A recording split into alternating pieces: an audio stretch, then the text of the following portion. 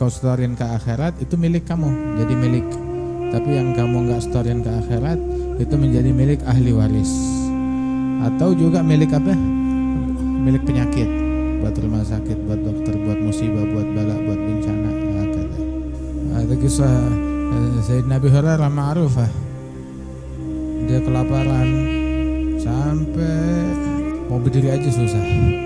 Lihat ada Sayyidina Abu Bakar mau nanya sesuatu masalah ilmu. Biasanya tuh kalau ditanya Sayyidina Abu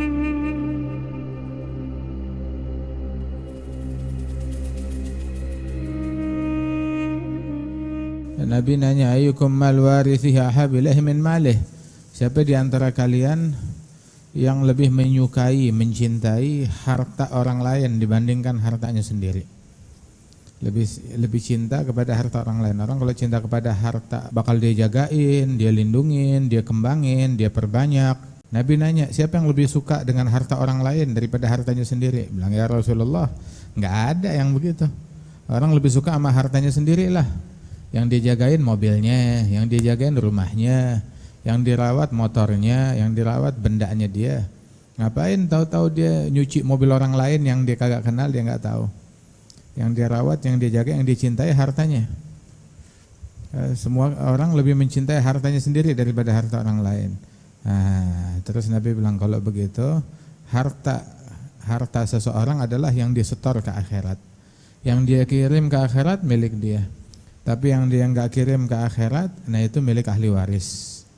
Maluka ma qaddamta wa ma akharta fa huwa lil waris aw lil afah. Harta yang kau setorin ke akhirat itu milik kamu, jadi milik. Tapi yang kamu enggak setorin ke akhirat itu menjadi milik ahli waris.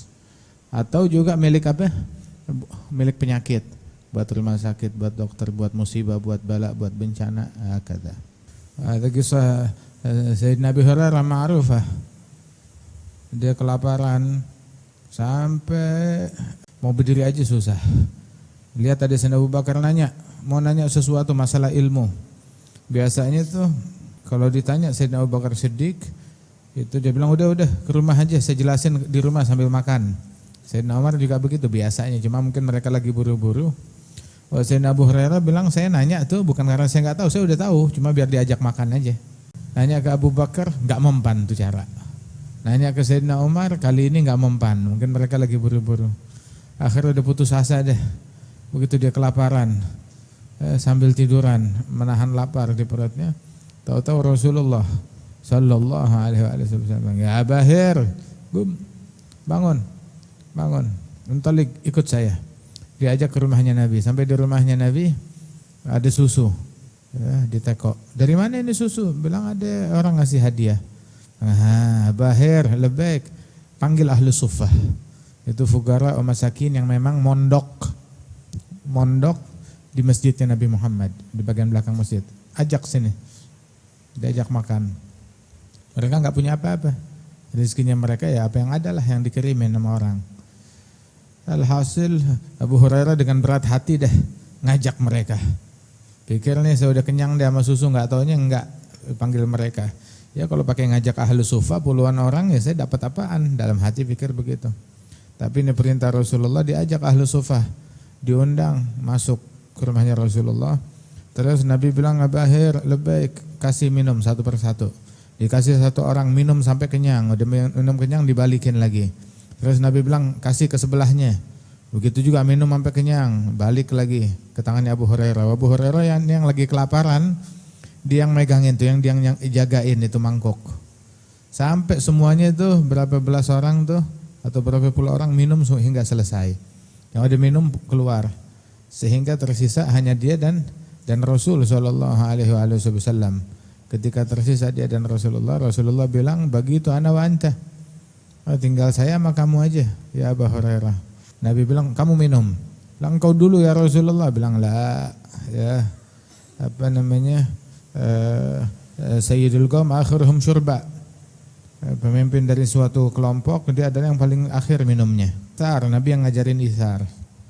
Maka minumlah Abu Hurairah. Udah selesai minum, tadinya masih malu. Itu masih bersisa banyak. Nabi bilang, minum lagi. Dia minum sampai kenyang. Terus Nabi bilang, isyrab. Tiap kali berhenti suruh minum. Sampai akhirnya dia bilang, ya Rasulullah, la ma ajid walladzi ba'atsaka bil haqq la ma ajid lahu maslaka. Udah enggak ada rongga lagi di tubuh saya. Udah penuh, udah full. Senyum Rasulullah. Maka saya berikan itu wadah kepada Rasulullah. Nabi baca alhamdulillah, baca bismillah, terus minum sisanya sampai habis. Semuanya yang minum kenyang, cuma dari satu mangkok susu. Sallallahu alaihi wasallam.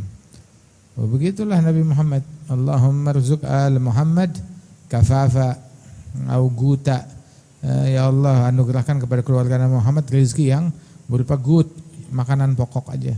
Ada cukup makanan pokok. Galil yakfi khair min katsir yutghi. Sedikit mencukupi lebih baik daripada banyak tapi bikin kalap, bikin lalai, bikin lupa.